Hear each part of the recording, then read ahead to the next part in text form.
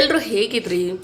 ಗಾಡ್ದಿ ತಿನ್ಕಂಡ್ರೆ ಸ್ವಲ್ಪ ಇಷ್ಟ ಆಗೋದಿಲ್ಲ. ಅದು ಯಾವ ವಿಚಾರಕ್ಕೆ ಅಂತ ನಿಮ್ಗೆ ತೋರಿಸ್ತೀನಿ ನೋಡಿ. ಹಾಟ್ ಬಾಕ್ಸ್ ಖಾಲಿ, ಬಟ್ ಯಾಕೆ ಇಲ್ಲಿದೆ?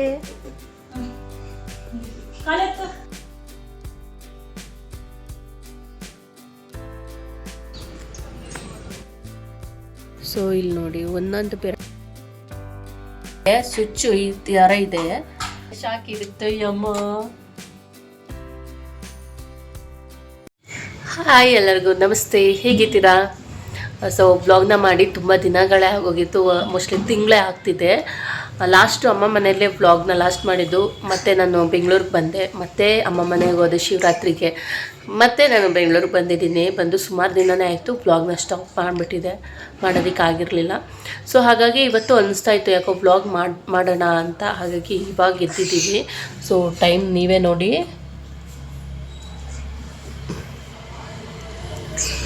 ಸೊ ಇವಾಗ ಟೈಮು 12:20 ಆಗ್ತಿದೆ. ಇವಾಗ ಎದ್ದಿದ್ದೀವಿ. ನೈಟ್ ಯಾಕೋ ನನಗೆ ಅಷ್ಟಾಗಿ ನಿದ್ದೆಗಳು ಬರ್ತಾ ಇಲ್ಲ. ನನ್ನ ಮಗಳು ಸಹ ಇವಾಗಲೇ ನನ್ನ ಜೊತೆಗೆ ಎದ್ದಿದ್ದಾಳೆ. ಎದ್ದು ಕಾಯಿ ತಿಂತಾ ಇದ್ದಾಳೆ. ಅತ್ತೆ ಇವತ್ತು ಗೀ ರೈಸು ಮತ್ತು ಕುರ್ಮಾ ಮಾಡಿದ್ದು. ಕುರ್ಮಾಗೆ ಏನೇನು ತರಕಾರಿ ಹಾಕಿರ್ತಾರೆ ಅದನ್ನು ಬೇಯಿಸ್ಬಿಟ್ಟು ಸಪ್ರೇಟು ಒಂಚಿಗೆ ಎತ್ತಿಟ್ಟಿರ್ತಾರೆ. ನಾವು ಹಿಂಗೆ ಕುರ್ಮಾ ಮಾಡ್ತಾರೆ, ಸ್ವಲ್ಪ ಖಾರವಾಗಿ. ಇವಳು ಖಾರದಲ್ಲಿ ತಿನ್ನಲ್ವಲ್ಲ ತರಕಾರಿನ, ಹಾಗಾಗಿ ಬೇಯಿಸಿರೋ ಅಂಥ ಉಪ್ಪಲ್ಲಿ ಬೇಯಿಸಿರೋ ಅಂಥ ತರಕಾರಿನ ತೆಗೆದಿಟ್ಟಿರ್ತಾರೆ ಒಂದು ಬೌಲಲ್ಲಿ. ಅದನ್ನು ತಿಂತಾ ಇದ್ದಾಳೆ ಇವಾಗಿದ್ದು. ಹುಚ್ಚಿ ಥರ ಆಗಿದ್ದಾಳೆ. ಎಣ್ಣೆ ಹಾಕಬೇಕು ಇವಾಗ ಅಂತೇಳ್ಬಿಟ್ಟು ತಲೆ ಏನೂ ಕಟ್ಟಲಿಲ್ಲ, ಹಾಗೆ ಬಿಟ್ಟಿದ್ದೀನಿ ಅವಳನ್ನ. ನಾನು ಇವಾಗ ಬಿಸಿನೀರು ಕಾಯಿಸ್ಕೊಂಡು ಕುಡಿತಾ ಇದ್ದೀನಿ.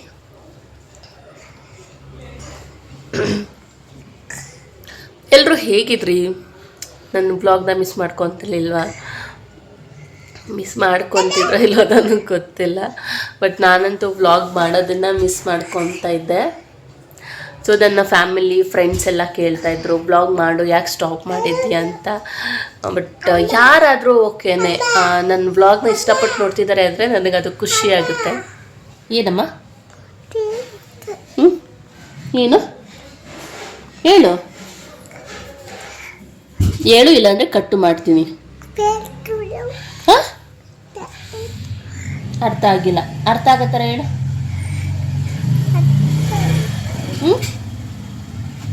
ಹೋಗು, ಹಂಗಾರೆ ಕಟ್ ಮಾಡ್ತೀನಿ. ನಾನು ಒಬ್ಬಳೇ ಮಾತಾಡ್ತೀನಿ.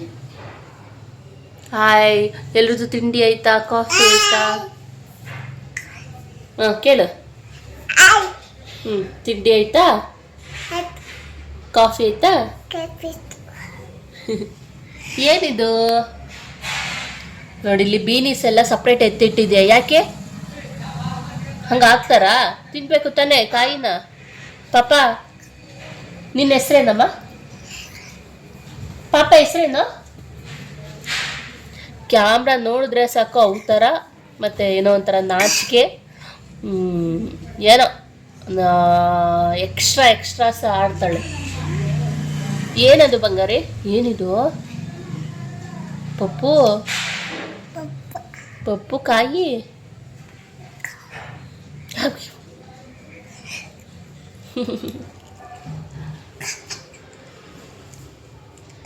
ಅತ್ತೆ ಸೋರೆಕಾಯಿ, ಸೌತೆಕಾಯಿ, ಬೆಟ್ಟದ ನೆಲ್ಲಿಕಾಯಿ ಎಲ್ಲ ಹಾಕಿ ಜ್ಯೂಸ್ ಮಾಡಿ ಇಡ್ತಾಯಿದ್ರು. ಇವತ್ತೆಲ್ಲೋ ಹೋಗಿದ್ದಾರೆ ಫ್ರೆಂಡ್ ಮನೆಗೆ, ಮೆಡಿಕಲ್ ಸ್ಟೋರ್ಗೆ ಹೋಗ್ಬಿಟ್ಟು ಫ್ರೆಂಡ್ ಮನೆಗೆ ಹೋಗ್ತೀನಿ ಅಂತ. ನಾವು ಬರೋಷ್ಟರಲ್ಲಿ ಡೋರ್ ಬೀಗ ಹಾಕಿತ್ತು. ಬೀಗ ಓಪನ್ ಮಾಡಿ, ಲಾಕ್ ಓಪನ್ ಮಾಡಿ ಬಂದು, ಇವಾಗ ಮಾಡ್ಕೊಳ್ಳೋಷ್ಟು ನಮಗೆ ಶಕ್ತಿ ಇಲ್ಲ. ಇಷ್ಟೊತ್ತಿಗೆದ್ರೆ ಸುಸ್ತಾಗ್ತಿರುತ್ತೆ. ಸೊ ಸುಮ್ಮನೆ ಹಂಗೆ ಏನಂತಾರೆ, ಡೈರೆಕ್ಟಾಗಿ ತಿಂಡಿನೂ ಸಹ ತಿನ್ನೋದಕ್ಕಾಗೋದಿಲ್ಲ. ಏನಾದರೂ ಸ್ವಲ್ಪ ಕುಡಿಬೇಕು ನಾನು, ಅದಾದಮೇಲೆ ಟಿಫನ್ ತಿನ್ನೋದು. ಸೊ ಇವಾಗ ಬಿಸಿನೀರು ಕುಡಿದ್ಬಿಟ್ಟು ಒಂದು ಅರ್ಧ ಗಂಟೆ ಬಿಟ್ಟು ಟಿಫನ್ ತಿಂತೀನಿ. ಆಲ್ಮೋಸ್ಟ್ ಅಲ್ಲಿಗೆ 1 ಗಂಟೆ ಆಗೋಗ್ಬಿಡುತ್ತೆ. ಇವಳು ಏನೋ ಹೇಳ್ಬೇಕು ನಿಮಗೆ, ಬಟ್ ನಾನು ಬ್ಯಾಕ್ ಕ್ಯಾಮ್ರಾ ಇಟ್ಕೊಂಡು ನನಗೆ ವೀಡಿಯೋ ಮಾಡೋದಕ್ಕೆ ಆಗೋದಿಲ್ಲ. ಸೊ ಹಾಗಾಗಿ ಫ್ರಂಟ್ ಕ್ಯಾಮ್ರಾ ಇಟ್ಕೊಂಡು ಮಾತಾಡ್ತಾ ಇರ್ತೀನಿ. ಸೊ ಅವಳು ಕೂಡ ಕಾಣಿಸ್ತಾಳಲ್ವ, ಆವಾಗ ಸ್ಟಾಪ್ ಮಾಡಿಬಿಡ್ತಾಳೆ ಏನೋ ಹೇಳ್ಬೇಕು ಅಂದ್ಕೊಂಡಿರೋದನ್ನ ನಾಚಿಕೊಂಡು. ಹೇಳಮ್ಮ, ಹೇಳು. ಹಾಂ, ಯಾರು ಇಲ್ಲದ ಕ್ಲಿಯರಾಗಿ ಮಾತಾಡ್ತಾಳೆ. ಈ ಥರ ಕ್ಯಾಮ್ರಾ ಕಾಣಿಸ್ಬಿಟ್ರೆ ಅವಳೇ ನೋಡ್ಕೊತಾ ಇರ್ತಾಳಲ್ವಾ, ಏನೋ ಒಂಥರ ಅರ್ಥ ಆಗ್ದಿರೋ ಥರ ಮಾತಾಡ್ತಾಳೆ, ಮೆತ್ತಗೆ ಮಾತಾಡ್ತಾಳೆ. ಗಾಡ್ದಿ ಗಾಡ್ದಿ ಪಾಪ ಗಾಡ್ದಿ ಅದನ್ನು ಕಂಡ್ರೆ ಸ್ವಲ್ಪ ಇಷ್ಟ ಆಗೋದಿಲ್ಲ. ಅದು ಯಾವ ವಿಚಾರಕ್ಕೆ ಅಂತ ನಿಮ್ಗೆ ತೋರಿಸ್ತೀನಿ ನೋಡಿ. ನೋಡಿ ಎಲ್ಲ ಹೆಂಗೆ ಬೇಕು ಹಾಗೆ ಇಟ್ಟಿರ್ತಾರೆ. ನಾನು ಊರಿಗೆ ಹೋಗ್ಬೇಕಾದ್ರೆ ಕಿಚನ್ ಯಾವ ರೀತಿ ಪೇಂಟ್ ಎಲ್ಲ ಮಾಡಿ ಇಟ್ಟೋಗಿದೆ. ಬಟ್ ನಮ್ಮತ್ತೆ ನೋಡಿ ಯಾವ ರೀತಿ ಇಟ್ಕೊಂಡಿದ್ದಾರೆ ಅಂತ. ಈ ಬಾಕ್ಸ್ಗಳೆಲ್ಲ ಎಲ್ಲೆಲ್ಲಿ ಇರಬೇಕು ಅಲ್ಲಲ್ಲಿಲ್ಲ.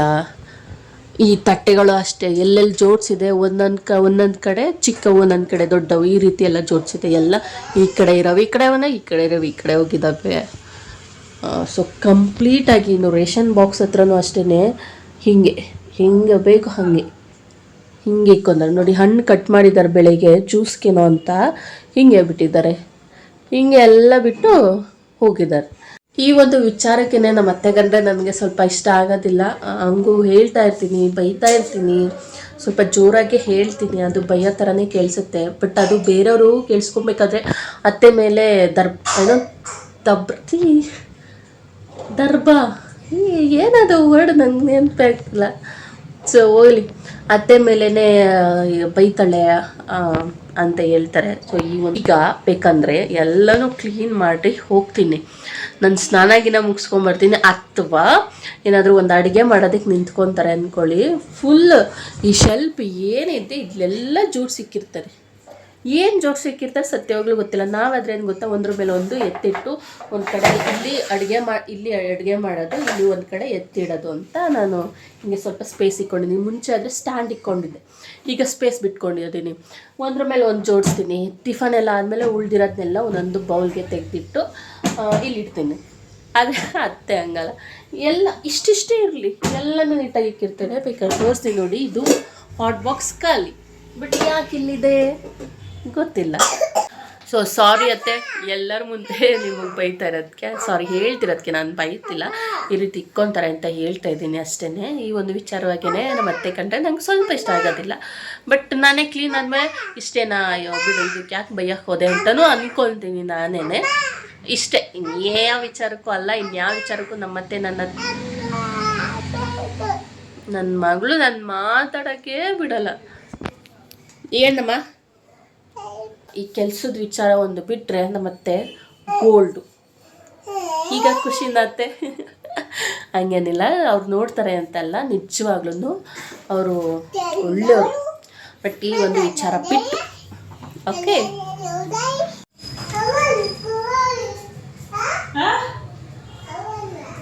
ನೋಡ್ದಾ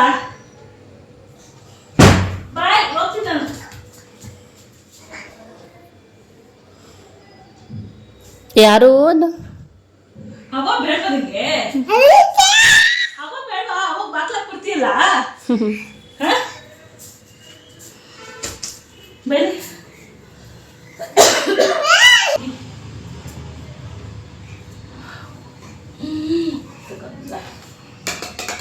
ಬಲೆ ಇದು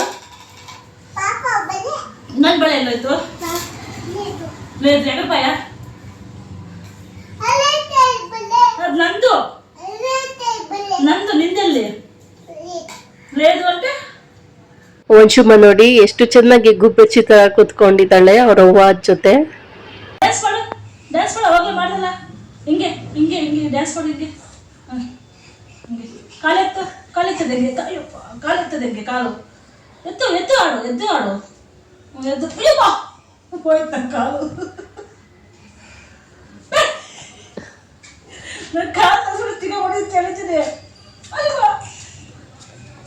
ಅಲ್ಲಿ ಯಾರೋ ಬಂದ್ರು ನೋಡಿ, ಅಲ್ಲಿ ನೋಡಲ್ಲಿ ಯಾರೋ ಬಂದ್ರು.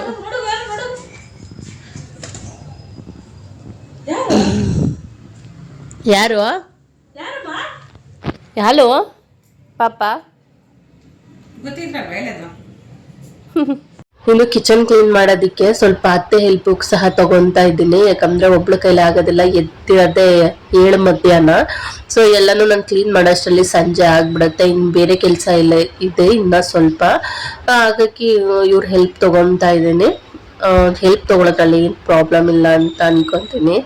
ಇನ್ನು ಕೆಲಸ ಮಾಡ್ತಿರೋರ್ ಮಧ್ಯ ನಮ್ಮ ವಂಶುಮ ಒಂದು ಜೊತೆಗೆ ಕೆಲಸ ಮಾಡೋದಕ್ಕೆ ಕರೆಕ್ಟಾಗಿ ಬಿಡೋದಿಲ್ಲ, ಮಧ್ಯೆ ಮಧ್ಯೆ ಬರ್ತಾ ಇರ್ತಾಳೆ. ಅವಳಿಗೊಂದಷ್ಟು ತಿಂಡಿನ ಹಾಕೊಡ್ತೀವಿ ತಿನ್ನೋದಕ್ಕೆ ಅಂತ, ಕುರುಕ್ ತಿಂಡಿಗಳನ್ನ. ಅದನ್ನ ತಿಂದು ಖಾಲಿ ಮಾಡೋಷ್ಟರಲ್ಲಿ ನಾವು ಸ್ವಲ್ಪ ಕೆಲಸ ಮುಗಿಸ್ಕೊಬೇಕಾಗುತ್ತೆ. ನೀನು ಅತ್ತೆ ಬಾಕ್ಸ್ ಎಲ್ಲ ಒರೆಸಿ ಸ್ವಲ್ಪ ಮೇಲೆ ಮೇಲೆ ಕ್ಲೀನ್ ಮಾಡಿಕೊಟ್ಟು ಹೋದ್ರು. ಇನ್ನು ಮಿಕ್ಕಿತ್ತು ಕಿಚನ್ ಕ್ಲೀನ್ ಏನಿದೆ ಅದನ್ನ ನಾನೇ ಮಾಡ್ಕೊಂಡೆ. ಇದು ಮೇಯ್ನ್ ಕಿಚನ್ ಅಲ್ಲಿ ನಮ್ಗೆ ಯಾವಾಗ್ಲೂ ಇರುವಂತ ಕೆಲಸ, ಮತ್ತೆ ಸ್ವಲ್ಪ ಅಯ್ಯೋ ಹೋಗುವಂತ ಬೋರ್ ಹಿಡಿಯೋ ಕೆಲಸ ಈ ಪಾತ್ರೆ ತೊಳೆಯೋದು ಅಂತಾನೆ ಹೇಳ್ಬೋದು. ಮುಗಿದೇ ಇರೋ ಕೆಲ್ಸನೇ ಇದೊಂದು. ಬಟ್ ನನಗೇನಂದ್ರೆ ಪಾತ್ರೆ ಎಲ್ಲ ತೊಳೆಯೋದಕ್ಕೆ ಬೋರ್ ಆಗೋದಿಲ್ಲ, ಯಾಕಂದ್ರೆ ನಾನು ಫೋನಲ್ಲಿ ಯಾವ್ದಾದ್ರು ಸೀರಿಯಲ್ಗಳು ಅಥವಾ ಯಾವ್ದಾದ್ರು ಇಂಟ್ರೆಸ್ಟ್ ಇರುವಂತ ಮೂವಿ ಇಲ್ಲ ಅಥವಾ ಸಾಂಗ್ ಕೇಳಿದ್ರೆ ಅಷ್ಟೇ ನನ್ಗೆ ಇಂಟ್ರೆಸ್ಟ್ ಬರೋದಿಲ್ಲ ಪಾತ್ರೆ ಎಲ್ಲ ತೊಳೆಯೋದಕ್ಕೆ. ಅಥವಾ ಫೋನಲ್ಲಿ ಮಾತಾಡ್ಬೇಕು ನನ್ನ ಫ್ರೆಂಡ್ಸ್ ಹತ್ರ. ಸೊ ಫೋನಲ್ಲಿ ಮಾತಾಡ್ಕೊಂಡು ಅಥವಾ ಸೀರಿಯಲ್ಗಳನ್ನ ನೋಡ್ಕೊಂಡು ಕೆಲಸನ ಮುಗಿಸ್ಬಿಡ್ತೀನಿ. ಅಲ್ಲಿ ನನಗೆ ಬೋರ್ ಹಿಡಿಯೋದಿಲ್ಲ, ಅಂದ್ರೆ ಕೆಲಸ ಮಾಡೋದಿಕ್ಕೆ ಕಷ್ಟನೂ ಅನ್ಸೋದಿಲ್ಲ. ಸೊ ಫ್ರೆಂಡ್ಸ್ ಹತ್ರನೂ ಮಾತಾಡಿ 2-3 ದಿನ ಆಗಿತ್ತು. ಸೊ ಅವರೇ ಏನೋ ಬ್ಯುಸಿ ಇರಬೇಕು, ಸುಮ್ಮನೆ ಯಾಕೆ ತೊಂದರೆ ಕೊಡೋದು ಅಂತ ಹೇಳ್ಬಿಟ್ಟು ಫೋನ್ ಮಾಡಲಿಲ್ಲ. ಸೀರಿಯಲ್ನ ನೋಡ್ಕೊಂಡು ಕೆಲಸನ ಸಹ ಮುಗಿಸ್ಕೊಂಡೆ. ಎಷ್ಟೇ ಬೇಗ ಮುಗಿಸ್ಬೇಕಂತ ಅನ್ಕೊಂಡ್ರು ಇಲ್ಲ ಅಂದ್ರೂ 1 hour ಹಿಡಿತು ಕಿಚನ್ ಎಲ್ಲ ಕ್ಲೀನ್ ಮಾಡೋಷ್ಟ್ರಲ್ಲಿ. ಇಲ್ಲಿ ಬಾಳೆಹಣ್ಣು ಸಿಪ್ಪೆ ನೆನೆಸಿದ್ದೀನಿ ಗಿಡಗಳಿಗೆ ಹಾಕೋದಕ್ಕೆ ಅಂತ ಹೇಳ್ಬಿಟ್ಟು. ಇನ್ನು ಸ್ವಲ್ಪ ರೇಷನ್ನೆಲ್ಲ ಖಾಲಿಯಾಗಿರುತ್ತಲ್ಲ, ಸ್ವಲ್ಪ ಆ ಬಾಕ್ಸ್ನೆಲ್ಲ ತೊಳೆದು ಹಾಕಿದ್ದೀನಿ. ಫೈನಲಾಗಿ ಸ್ವಲ್ಪ ಕಿಚನ್ನು ಕೂಡ ಮೇಲೆ ಕ್ಲೀನ್ ಆಗಿದೆ.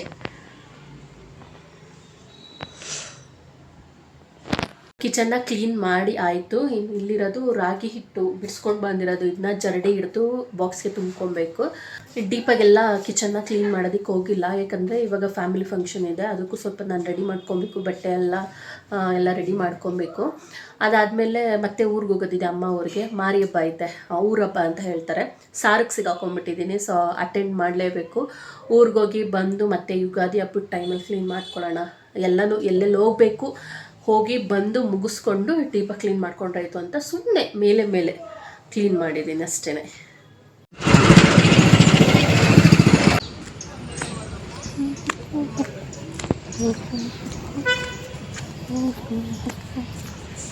ಇನ್ನು ಕೆಲಸ ಮುಗಿಸೋಷ್ಟರಲ್ಲಿ ಸಂಜೆ ಒಂದು 4 ಗಂಟೆ ಆಗೋಯ್ತು. ಇನ್ನು ಫ್ರೆಶ್ ಅಪ್ ಆಗಕ್ಕೆ ಹೋಗೋಣ ಅಂತ ಅನ್ಕೊಂಡೆ, ಬಟ್ ಅಷ್ಟರಲ್ಲಿ ವಾಕು ಕೂಡ ಮುಗಿಸ್ಕೊಂಡು ಬಂದ್ಬಿಡೋಣ, ಒಟ್ಟಿಗೆ ಫ್ರೆಶ್ ಅಪ್ ಆಗೋಣ ಅಂತ ಹೇಳ್ಬಿಟ್ಟು ಒಂದು 4 ಗಂಟೆ ಹಂಗೆ ವಾಕಿಗೂ ಕೂಡ ಹೋದೆ. ಬಟ್ ಸಂಜೆ ಆದ್ರೂ ಕೂಡ ತುಂಬಾನೇ ಬಿಸಿಲಿತ್ತು, ತುಂಬಾ ಶೆಕೆ ಇತ್ತು. ಸೊ ಇಲ್ಲಿ ನೋಡಿ, ಒಂದೊಂದು ಬೆರಳಿಗೆ ಒಂದೊಂದು ಕಲರ್ ನೈಲ್ ಪಾಲಿಶ್ ಹಾಕೊಂಡಿದ್ದೀನಿ. ನಿನ್ನೆ ನಾನು ಬ್ಯಾಂಗಲ್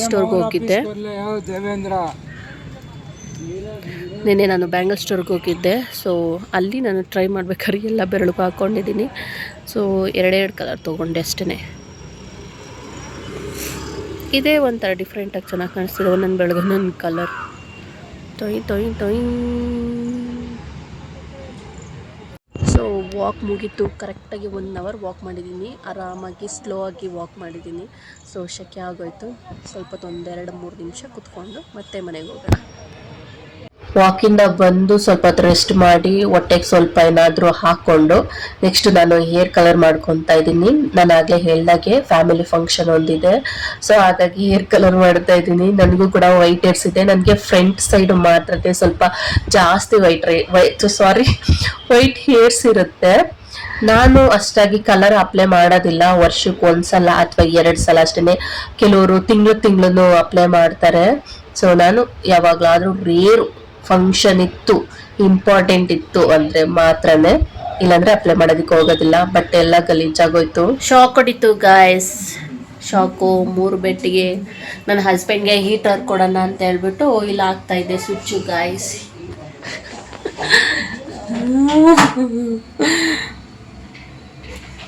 ಇಲ್ಲಿ ನೋಡಿ, ಸ್ವಿಚ್ಚು ಈ ಥರ ಇದೆ. ನಾನೇನು ಮಾಡಿದೆ, ಚಾರ್ಜ್ ಹಾಕಿದ್ದೆ, ಸ್ವಿಚ್ ಆನ್ ಮಾಡಿದೆ, ಹಾಕೋಕೋದೆ, ಶಾಕ್ ಹಿಡಿತು. ಯಾವ್ದು ಕೈಯಲ್ಲಿ ಆನ್ ಮಾಡಕ್ಕೋ ಅದೇ ಶಾಕ್ ಹಿಡಿತು. ಯಮ್ಮ, ಇನ್ನೂ ಒಂಥರ ಈ 3 ಬೆಟ್ಟು ನೋಯ್ತಾವೆ. ಹೇರ್ ಕಲರ್ ಅಪ್ಲೈ ಮಾಡಿ 30 ಮಿನಿಟ್ಸ್ ಬಿಡ್ಬೇಕಿತ್ತು, ಬಟ್ 1 hour ಆಗೋಯ್ತು. ಹಂಗೆ ಆಟ ಆಡ್ಕೊಂಡು ಶಾಕ್ ಎಲ್ಲ ಇಡ್ಸ್ಕೊಂಡು. ಸೊ ಅದಾದ್ಮೇಲೆ ಫ್ರೆಶ್ ಅಪ್ ಹಾಕಿ ಕರೆಕ್ಟಾಗಿ ಹೇರ್ಗೆಲ್ಲ ಕಲರ್ ಆಗಿದೆ ಅಂತ ಚೆಕ್ ಮಾಡ್ಕೊಂಡೆ. ಹಾಗೆ ಇವತ್ತಿನ ವ್ಲಾಗ್ನ ಇಲ್ಲಿಗೆ ಎಂಡ್ ಮಾಡ್ತಾ ಇದ್ದೀನಿ. ಪ್ಲೀಸ್ ಲೈಕ್ ಮಾಡಿ, ಕಾಮೆಂಟ್ ಮಾಡಿ, ಹಾಗೆ ಪ್ಲೀಸ್ ಟು ಸಬ್ಸ್ಕ್ರೈಬ್.